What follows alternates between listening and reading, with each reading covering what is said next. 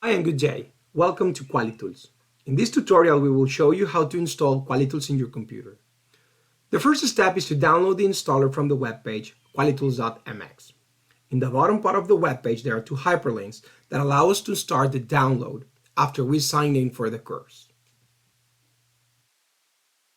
Once the installer is downloaded, we double-click the file to execute. And above the information icon, we will find the End User License Agreement. Please read it and accept the conditions before proceeding. We may click in Install. The software will install automatically. And once the software is installed, we will press the button Finish. Be sure to install the BB 6.0 Common Controls.